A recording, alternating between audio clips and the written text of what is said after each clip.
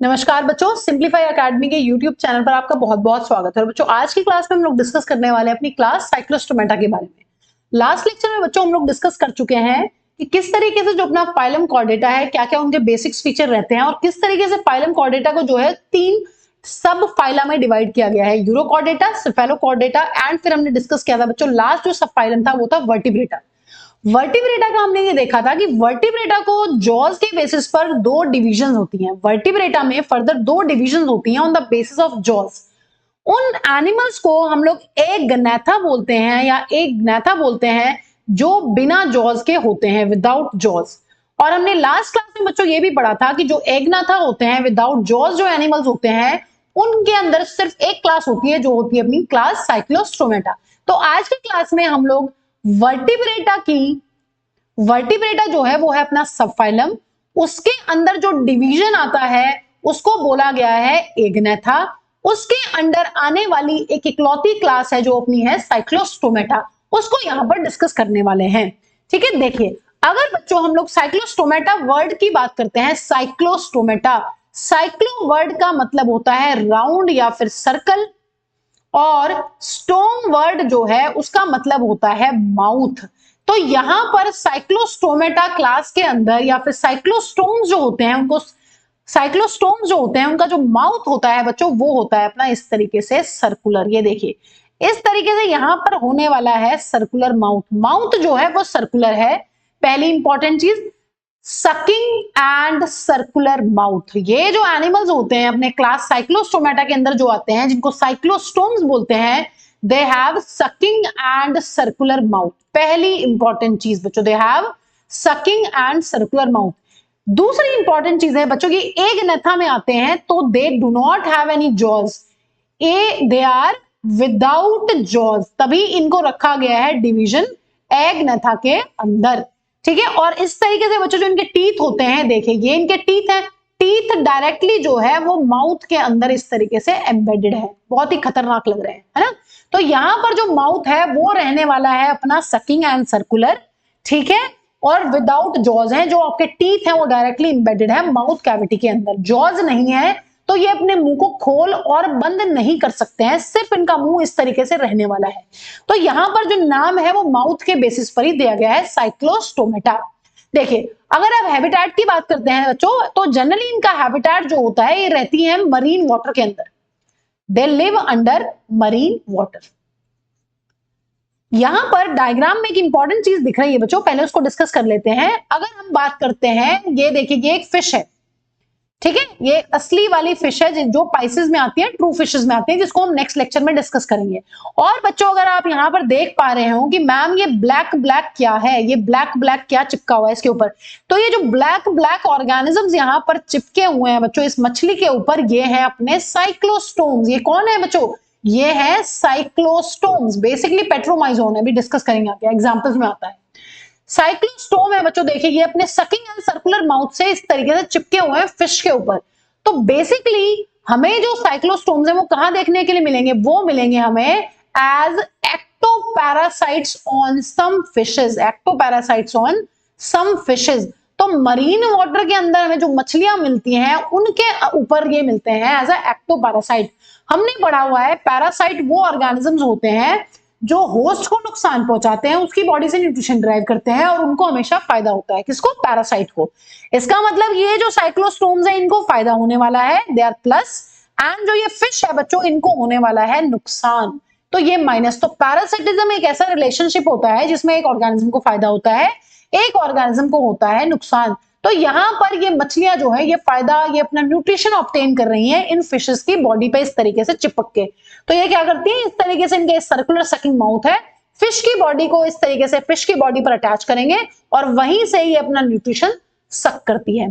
तो आपको ध्यान रखना है, they are ectoparasites not endoparasites. अभी एस्केल्मेंथीज में पढ़ के आए, प्लेटिहेल्मिन्थीज में भी पढ़ के आए कि वहां पर क्या थे, कुछ मेंबर्स, वहां पर कुछ मेंबर्स थे अपने एंडोपैरासाइट्स जो बॉडी के अंदर रहते थे, लेकिन यहां पर ये है एक्टोपैरासाइट्स। तो जो साइक्लोस्टोम्स होते हैं दे आर एक्टोपैरासाइट्स, वो फिशेस की बॉडी के ऊपर रहते हैं और वहीं से अपने माउथ को चिपकाकर उनके ऊपर सारा का सारा न्यूट्रिशन सक करते हैं।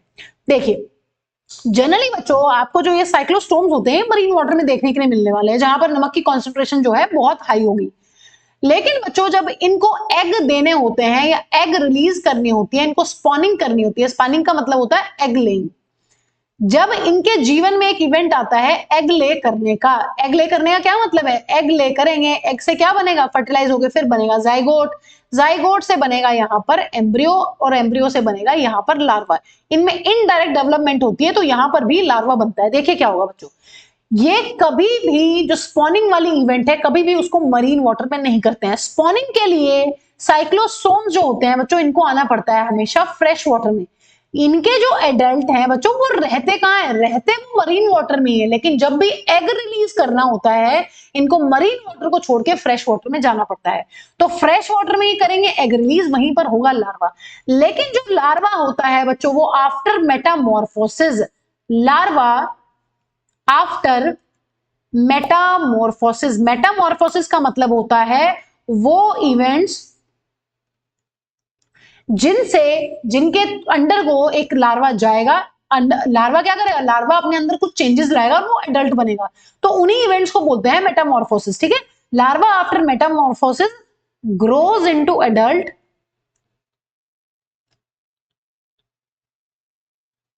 एंड कहां जाएगा, गोज टू मरीन वाटर या oceans, move back to oceans. ठीक है, move back to oceans, ocean में वापस चला जाता है। ठीक है, let me erase this one.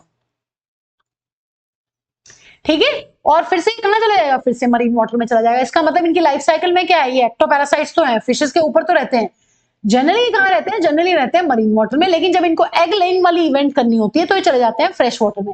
Fresh water में क्या करते हैं, फ्रेश वाटर में जो फीमेल है वो अपने एग ले करेगी और एग ले करने के बच्चों बाद हो जाती है इस अडल्ट की डेथ, ये मर जाती है। ठीक है, एग ले करते ही यहाँ पर जो ऑर्गेनिज्म होता है वो डेड हो जाता है, मर जाता है, एडल्ट डाइज। और उस एडल्ट के मरने के बाद क्या बनेगा, यहाँ पर जो उसने एग रिलीज किया उसका जाइगोट बनेगा, जाइगोट से एम्ब्रियो बनेगा, एम्ब्रियो से यहाँ पर बनने वाला है लार्वा, और लार्वा अपने अंदर चेंजेस लाके बनेगा एडल्ट और वो मूव कर जाता है ओशन की तरफ। ओशन में कैसा पानी होता है, ओशन में होता है अपना मरीन वाटर। इसका मतलब वैसे ही मरीन है लेकिन एग लेइंग करने के लिए इनको आना पड़ता है कहां पर, एग लेइंग करने के लिए, स्पॉनिंग वाली इवेंट करने के लिए, फर्टिलाइजेशन करने के लिए इनको फ्रेश वाटर में शिफ्ट होना पड़ता है। फ्रेश वाटर से फिर ये कहां चले जाते हैं, लार्वा में, जब एडल्ट में कन्वर्ट हो जाता है लार्वा तो फिर से चले जाते हैं ये मरीन वाटर में। ठीक है, तो ये पूरी कहानी बच्चों में ध्यान रखनी है। देखिए अगर हम बॉडी की बात करते हैं बच्चों, ये इस तरीके से इनकी बहुत ज्यादा एलोंगेटेड बॉडी होती है इस तरीके से। तो बॉडी कैसी होती है, साइक्लोस्टोम्स की जो बॉडी होती है वो होती है एलोंगेटेड बॉडी। और बच्चों इनकी बॉडी भी देखिए, बेसिकली इनको पानी में रहना पड़ रहा है, पहली चीज तो यह है, इसलिए इनकी जो बॉडी होगी वो फिशेस की बॉडी के जैसी ही होती है। और इनके पास बच्चों एक और टाइप के स्ट्रक्चर्स होते हैं जो हमें फिशेस में भी देखने के लिए मिलते हैं। आपने देखा होगा, अगर हमने मछली बचपन में ड्रॉ की तो हम कैसे करते थे, ऐसे ड्रॉ करते थे हमेशा, है ना, ऐसे ऐसे। ये क्या ड्रॉ करते थे, ये हम ड्रॉ करते थे फिन्स। ठीक है, तो एक मछली के पास क्या होते हैं, फिन्स, ऐसे ही यहाँ पर भी फिन्स होते हैं, इस तरीके से बहुत सारे फिन्स होते हैं।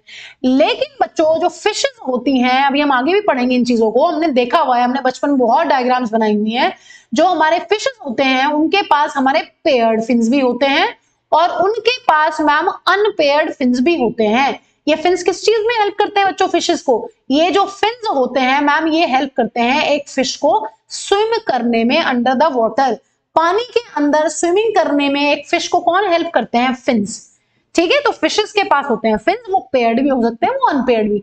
लेकिन बच्चों अगर हम साइक्लोस्टोम्स की बात करते हैं तो साइक्लोस्टोम्स के पास होते हैं हमेशा अनपेयर्ड फिन्स, इनके पास कभी भी पेयर्ड फिन्स नहीं होते, ये बात ध्यान रखनी है। बॉडी कैसी है, मछली जैसी है, elongated, but body is devoid of, devoid मतलब लैक ऑफ, मतलब कमी नहीं है, devoid of scale and paired fins. इस लाइन को समझने में हमें बहुत दिक्कत होती है, हमें लगता है कि डिवॉइड ऑफ स्केल्स है, स्केल्स तो नहीं है लेकिन फिन्स जो है वो पेयर्ड है, नहीं।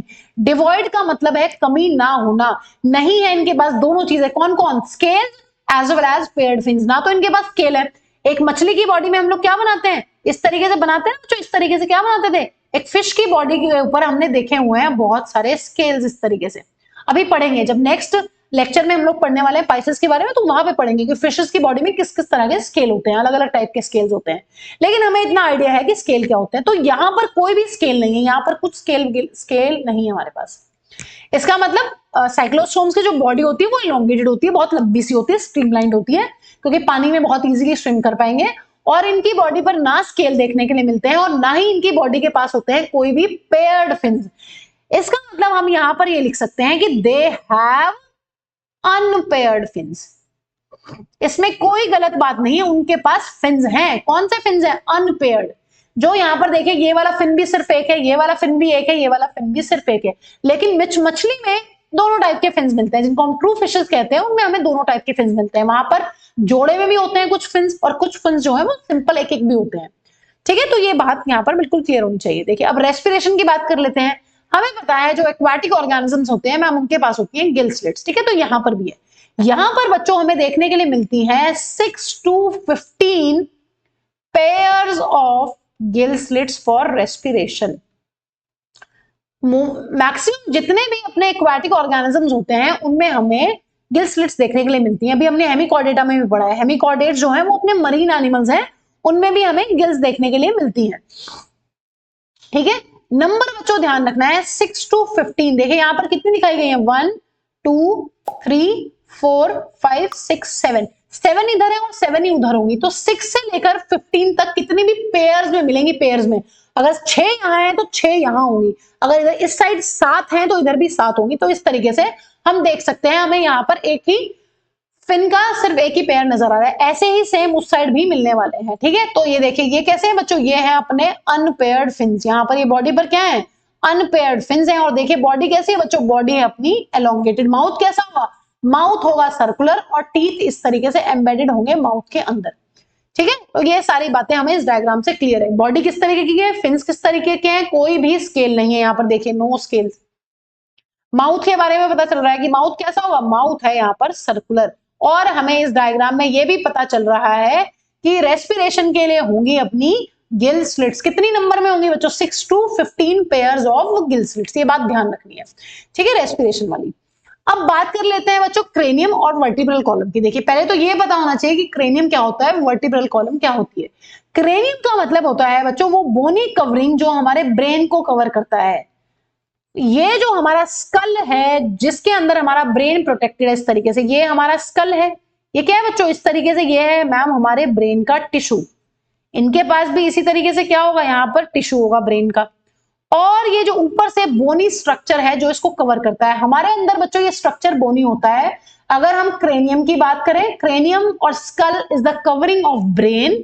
और बच्चों अगर हम बात करते हैं स्पाइनल कॉर्ड की, जो हमारे अंदर स्पाइनल कॉर्ड होती है उसकी जो कवरिंग होती है, उसके बोनी कवर को हम लोग बोलते हैं बच्चों वर्टिब्रल कॉलम। हमारे अंदर चाहे वर्टिब्रल कॉलम हो चाहे क्रेनियम हो, दोनों ही बोनी होते हैं। लेकिन अगर हम साइक्लोस्टोम्स की बात करते हैं बच्चों, यहां पर हमारा क्रेनियम और वर्टिब्रल कॉलम जो है वो होता है कार्टिलेजिनस। किस चीज का बना हुआ है? बोन जैसे हार्ड स्ट्रक्चर का नहीं बना हुआ है, लेकिन एक जो स्ट्रक्चर होता है कार्टिलेजिन उसका बना हुआ है। कार्टिलेजिन देखिए सॉफ्ट होता है बट स्ट्रॉन्ग वो भी होता है। उसके अंदर बहुत फ्लेक्सिबिलिटी होती है, थोड़ी सी प्लायबल होता है बट स्ट्रेंथ काफी होती है। ऐसा नहीं कि एकदम से टूट जाएगा। ठीक है, तो कार्टिलेजिनस है यहाँ पर स्ट्रक्चर, कार्टिलेजिन का बना हुआ है। I must write cartilage. ठीक है, यहां पर जो इनका वर्टिब्रल कॉलम है और जो इनकी क्रेनियम है वो बनी हुई है अपनी कार्टिलेज से। ठीक है, तो कार्टिलेज है, हमारी तरह बोनी नहीं है। अगर सर्कुलेटरी सिस्टम की बात करते हैं बच्चों, सर्कुलेटरी सिस्टम कैसा होगा? सर्कुलेटरी सिस्टम यहाँ पर होने वाला है क्लोज्ड टाइप। हम पढ़ चुके हैं सारे के सारे एनालिड्स में, और फाइलम कॉर्डेटा के सारे जितने भी एनिमल्स हमें देखने के लिए मिलेंगे सबके अंदर रहने वाला है क्लोज्ड सर्कुलेटरी सिस्टम। इसका एक एक्सेप्शन भी होता है बच्चों, जो सब फाइलम यूरोकॉर्डेटा होता है। सब फाइलम यूरोकॉर्डेटा आता तो कॉर्डेटा के अंदर है, लेकिन इसका जो सर्कुलेटरी सिस्टम होता है वो होता है ओपन टाइप। तो इतना बहुत नीट के लिए अब जरूरत नहीं है आउट ऑफ एनसीईआरटी कुछ भी पढ़ने की, तो इसको आप याद नहीं भी करेंगे तो काम चलेगा। अगर जनरल क्वेश्चन आएगा कि फाइलम कॉर्डेटा का बताइए सर्कुलेटरी सिस्टम कैसा है, तो वो है क्लोज्ड टाइप। ये चीज हमें ध्यान रखनी है। तो यहां पर भी जो सर्कुलेटरी सिस्टम हो जाएगा वो हो जाएगा क्लोज टाइप, क्योंकि हमें पता है साइक्लोस्टोम्स आते हैं अंडर द डिवीजन एग्नेथा जिनमें जॉज नहीं होते, और एग्नेथा आता है under the sub phylum vertebrata, और जो सब फाइलम वर्टिब्रेटा होता है बच्चों वो आता है अंडर फाइलम कॉर्डेटा, और सभी के सभी कॉर्डेट्स में होता है अपना क्लोज सर्कुलेटरी सिस्टम। ठीक है, चलिए अब बात कर लेते हैं बच्चों एग्जाम्पल्स की। एग्जाम्पल्स आर मोस्ट इंपॉर्टेंट क्योंकि एग्जाम्पल्स में बहुत कंफ्यूजन होता है।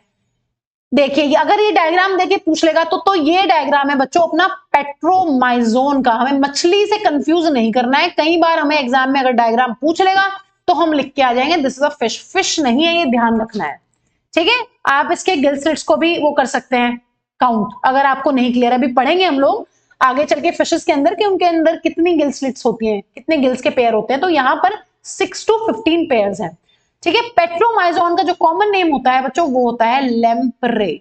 इसको हमें ट्रिक से ही याद करना पड़ेगा क्योंकि एग्जाम में बहुत कॉमनली क्वेश्चन आते रहते हैं। मिक्सीन, मिक्सीन का कॉमन नेम होता है बच्चों हैग फिश। तो हम इसको कैसे याद कर लेंगे, हम इसको प्लीज से याद कर सकते हैं, प्लीज।